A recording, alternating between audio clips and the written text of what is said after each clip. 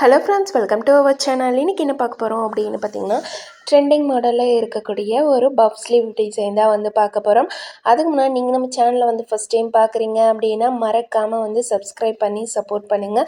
Stitching பிடிக்கும்னாலும் ஒரு like போட்டு பாருங்கள். இப்போ வாங்க வீடியோக்குள்ளார போகலாம். எனக்கு என்னோடய தொழில் ரொம்ப பிடிக்கும். யார் யாருக்கு ஸ்டிச்சிங் பிடிக்குமோ மறக்காமல் ஒரு லைக் போட்டு பாருங்கள். ஃபஸ்ட்டு வந்து பார்த்திங்க அப்படின்னா ஸ்லீவ் தான் நான் வந்து எப்பயும் போல் கட் பண்ணி எடுத்துருக்கிறேன்.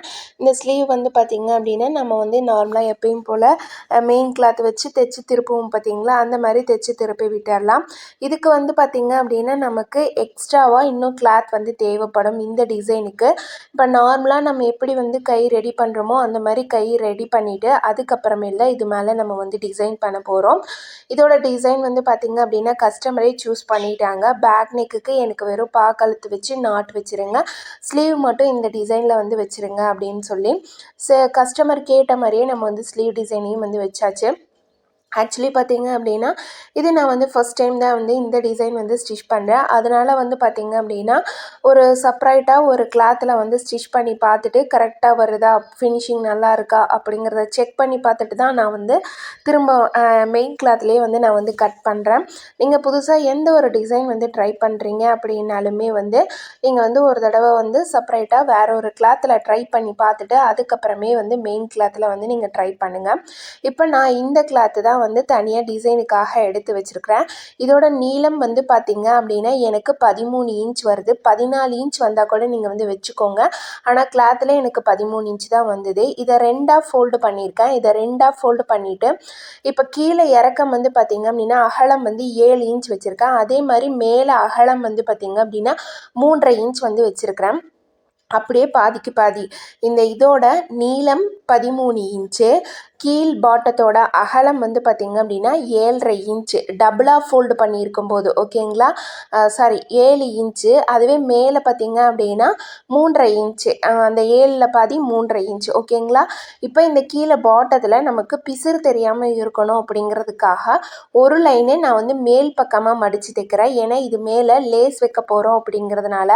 இது வந்து ஸ்பேஷல் சாரீ தான். இந்த சாரியில் நமக்கு வந்து ஸ்லீவுக்குன்னு தனியாக வந்து அந்த ஆரி லேஸ் வந்து கொடுத்துருக்குறாங்க. அந்த லேஸை தான் நம்ம வந்து இது மேலே அட்டாச் பண்ண போகிறோம். இப்போ நான் கீழ் பாட்டத்தை மடித்து ஸ்டிச் பண்ணதுக்கப்புறமேலு இந்த அளவு எல்லா ஸ்லீவுக்கும் பொருந்துமா அப்படின்னு கேட்டிங்கன்னா கண்டிப்பாக வந்து எல்லா ஸ்லீவுக்குமே வந்து பொருந்தும். இந்த சைடில் இப்போ நான் ஒரு 5 ஃப்ளீட் எடுத்திருக்கேன். 5 ஃப்ளீட் எடுத்துகிட்டு இப்போ இது ஆப்போசிட் சைட்லேயுமே வந்து பார்த்திங்க அப்படின்னா கொஞ்சம் நல்லா துணி வந்து அதிகமாக பிடிச்சி ஒரு 5 ஃப்ளீட் எடுத்துக்கோங்க. எப்படி அந்த சைடில் ஒரு 5 ஃப்ளீட் எடுத்தோமோ அதே மாதிரி இந்த சைட்லேயும் ஒரு 5 ஃப்ளீட் எடுத்துக்கோங்க.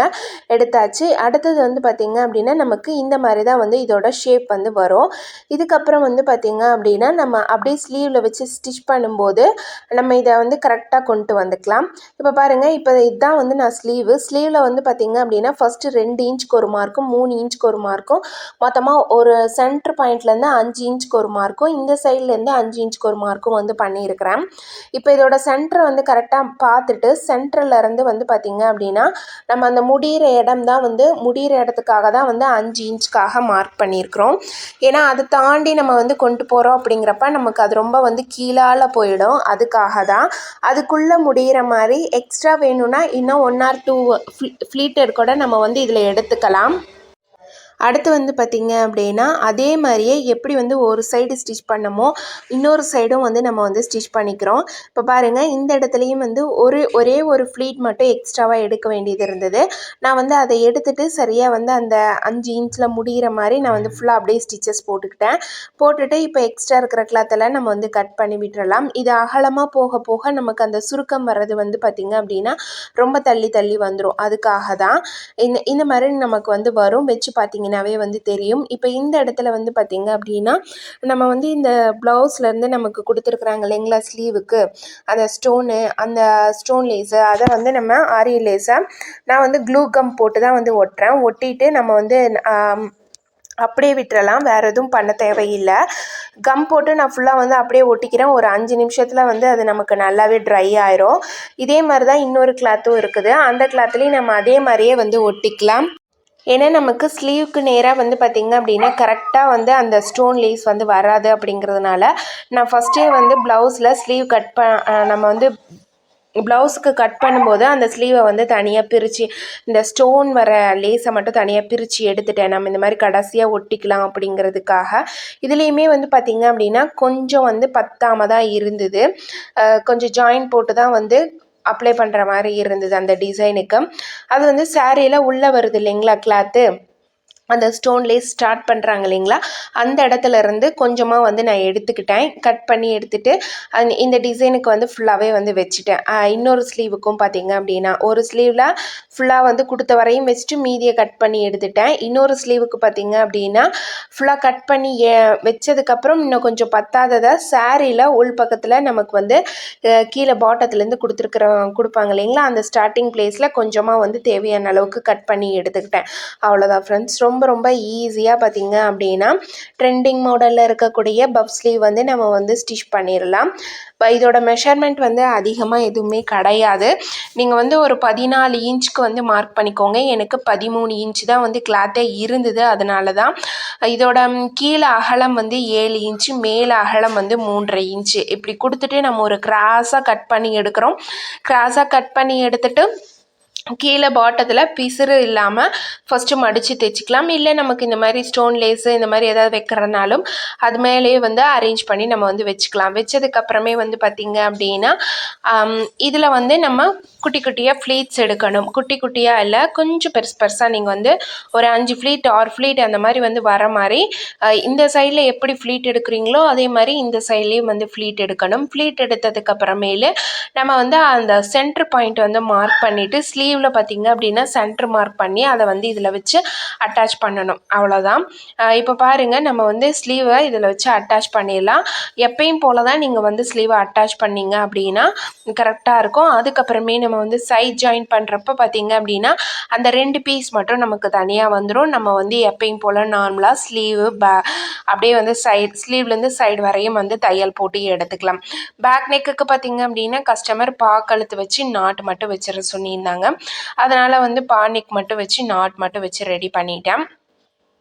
சேம் கலரில் தான் இருக்குது இந்த சாரியும் ப்ளவுஸும். பார்க்குறதுக்கு கொஞ்சம் மட்டும் நமக்கு ஒரு டபுள் ஷேடாக வந்து வர மாதிரி இருக்குது. இப்போ இது ஃபுல்லாக நான் வந்து ஸ்டிச்சஸ் போட்டு எடுத்துக்கிட்டேன். நெக்ஸ்ட்டு ப்ளவுஸில் பார்த்தீங்கன்னா ஃபஸ்ட்டு நான் லேஸை ப்ளவுஸ் இல்லை, நெக்ஸ்ட்டு கைக்கு வந்து ரெடி பண்ணும்போது ஃபஸ்ட்டு நான் லேஸை வந்து ஒட்டிட்டேன். ஒட்டினதுக்கப்புறம் தான் வந்து ஃப்ளீட் எடுத்து நான் வந்து ஸ்டிச் பண்ணேன்.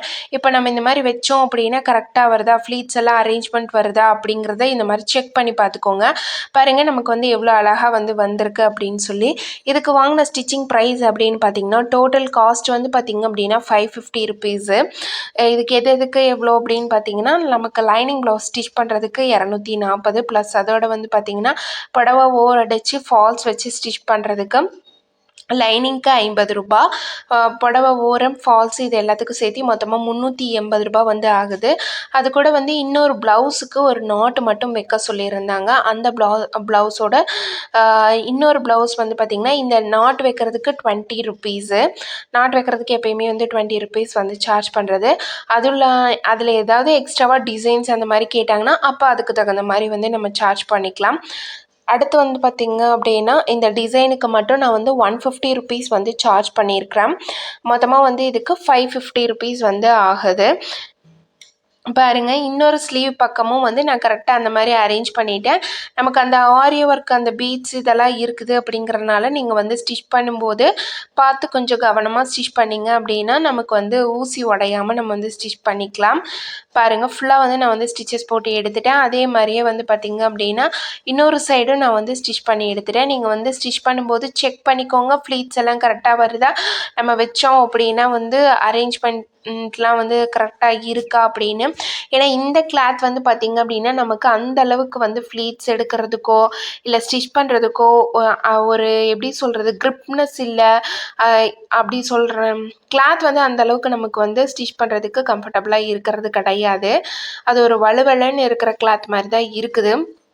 இந்த சாரியில் ஃப்ளீட்ஸ் எடுத்து கட்டினாலே வந்து நிற்காது அப்படின்னு தான் நினைக்கிறேன் நான். ஏன்னா ரொம்ப அந்த மாதிரி வலுவலுப்பாக இருக்குது சாரீ. இப்போ ஃபுல்லாக வந்து ஸ்டிச் பண்ணி எடுத்தாச்சு. சைடும் வந்து தையல் போட்டு எடுத்தாச்சு. ஃபைனலாக வந்து பார்த்திங்க அப்படின்னா இதோட அவுட்லுக் வந்து இந்த மாதிரி தான் இருக்கும். ஸ்டிச் பண்ணி முடிச்சதுக்கப்புறம் ரொம்ப ரொம்ப சூப்பராக இருந்தது, நல்லா இருந்தது. இப்போ பாருங்கள், இதுக்கப்புறம் நம்ம எப்பயும் போல் வந்து ஓவர்லாக் போட்டுட்டு நம்ம வந்து சைடு வந்து தையல் போட்டுக்கலாம். இப்போ பாருங்கள், இந்த பக்கம் அரேஞ்ச்மெண்ட் பண்ணுறப்ப பார்த்தீங்க அப்படின்னா நமக்கு அப்படியே வந்து அந்த ஃப்ளீட்டட் எல்லாமே 1 பை 1ஆக அடுக்கடுக்காக அப்படியே வந்து தெரியும். பார்க்குறக்கு ரொம்ப அழகாக இருக்கும். உள்ளார நமக்கு இருக்கிற கை வந்து பார்த்திங்க அப்படின்னா அந்த அளவுக்கு வந்து தெரியவே தெரியாது. மேலே இருக்கிறது மட்டும்தான் தெரியும். இந்த க்ளூ போட்டு நல்லா வந்து ஒட்டிட்டேன். ஒரு 5 நிமிஷம் விட்டாலே வந்து நல்லா வந்து காஞ்சிரும். நீங்கள் எமர்ஜென்சிக்கு இந்த மாதிரி எல்லாமே வச்சுருந்தீங்க அப்படின்னா உங்களுக்கு ஸ்டிச் பண்ணுறதுக்கு ரொம்ப ரொம்ப ஈஸியாக இருக்கும். இப்போ பாருங்கள், ரைட் அண்ட் லெஃப்ட் சைடு 2 பக்கமே வந்து பார்த்திங்க அப்படின்னா எந்த அளவுக்கு வந்து இந்த பஃப் வந்து அழகாக வந்திருக்கு அப்படின்னு சொல்லி ரொம்ப வந்து நீட்டாகவும் வந்து வந்திருந்தது. ஓகே ஃப்ரெண்ட்ஸ், நெக்ஸ்ட் வீடியோவில் பார்க்கலாம் ஃப்ரெண்ட்ஸ். இந்த வீடியோ உங்களுக்கு பிடிச்சிருந்தது அப்படின்னா மறக்காமல் நீங்கள் நம்ம சேனலை வந்து ஃபஸ்ட் டைம் பார்க்குறீங்க அப்படின்னா சப்ஸ்கிரைப் பண்ணி சப்போர்ட் பண்ணுங்கள். ஸ்டிச்சிங் பிடிக்கும்னாலும் ஒரு லைக் போட்டு பாருங்கள்.